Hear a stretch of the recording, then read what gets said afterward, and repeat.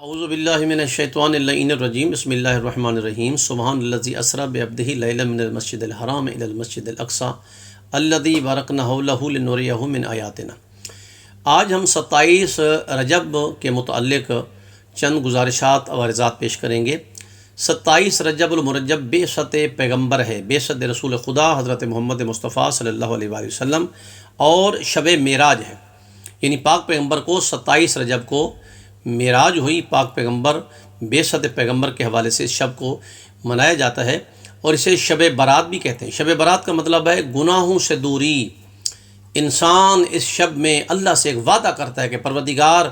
مجھ سے جو گناہ ہو چکے ہیں، آج میں تجھ سے وعدہ کرتا ہوں، توبہ کرتا ہوں کہ آئندہ میں ان گناہوں سے دور رہوں گا۔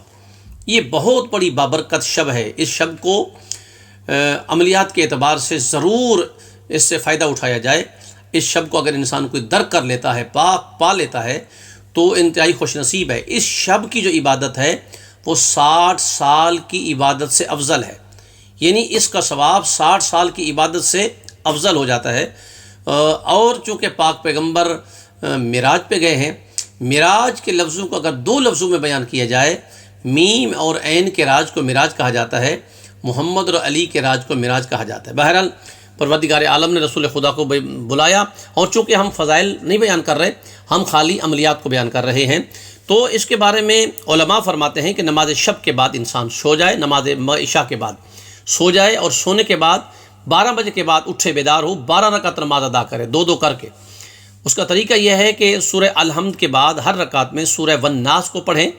یہ 6 نمازیں بنے گی، 12 رکعتیں بنیں گی۔ ان کو پڑھنے کے بعد سلام پھیریں، سورہ الحمد، فلق، ناس، توحید، کافرون اور قدر میں سے ہر ایک کو بعد میں بیٹھ کے 7 مرتبہ تلاوت کریں۔ اس کے بعد مفاتیح الجنان میں ایک پوری دعا ہے کہ الحمدللہ الذی لم یتخذ ولدا ولم یکن لہ شریک فی الملک ولم یکن لہ ولی من الذل وکبرہ تکبیرا۔ اس سے آگے چند کلمات ہیں، وہ پڑھیں، اس کے بعد دعا مانگیں، تو پروردگار عالم انسان کی دعا کو قبول فرما دیتا ہے۔ یہ جو شب ہے سامعین، انتہائی محبان علی کے لیے، شیعان علی کے لیے، مولا امیر علیہ السلام کے ماننے والے، چاہنے والوں کے لیے بہترین ایک شفا کی شب ہے۔ روایت میں ہے اور انتہائی مجرب ہے، کافی علماء اس کا تجربہ کر چکے ہیں، اور آج بھی مسلسل ایسا ہو رہا ہے کہ اگر کوئی انسان بیمار ہے، کوئی ایسی بیماری ہے جو ختم نہیں ہو رہی، اگر کوئی ایسا انسان ہے جو فالج زدہ ہے، یعنی فالج کا اٹیک ہوا ہے، کوئی ایسا انسان ہے کہ جو نابینا ہے، جس کی بینائی نہیں ہے، کوئی ایسا انسان کہ جو اندھا ہے، وہ انسان علاج کرنا چاہتا ہے، ایک ایسا انسان ہے کہ جو بول نہیں سکتا، گویائی اس کی نہیں ہے، ایک ایسا انسان ہے جو بہرا ہے، جس کو سماعت سن نہیں سکتا ہے، اگر اس کا علاج چاہتا ہے تو علماء عمل بھی ہے اور انتہائی مجرب ہے کہ 26 اور 27 رجب کی درمیانی شب مولا علی علیہ السلام کے ذریعے مبارک نجف اشرف میں جا کے گزارے، شب بیداری کرے، گریہ زاری کرے،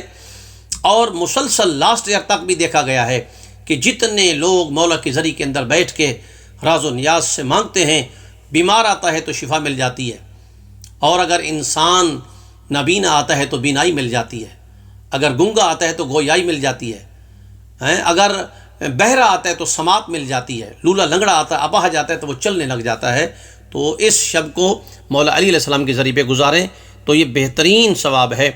دن کے بھی اعمال ہیں، 27 رجب کے دن کے بھی چند اعمال ہیں، وہ 5 اعمال ہیں۔ غسل کرنا، نمبر 2 روزہ رکھنا، نمبر 3 کثرت سے درود پاک پڑھنا، نمبر 4 رسول خدا اور مولا علی علیہ السلام کی زیارت پڑھنا، اور نمبر 5 مفاتیح الجنان میں جو مذکورہ دعاؤں کے ٹکڑے ہیں ان دعاؤں کو پڑھنا، تو پروردگار عالم زندگیوں میں بھی برکت عطا فرما دیتا ہے، اور یہ شب کا جو عمل ہے وہ 60 سال کی عبادت سے افضل ہے۔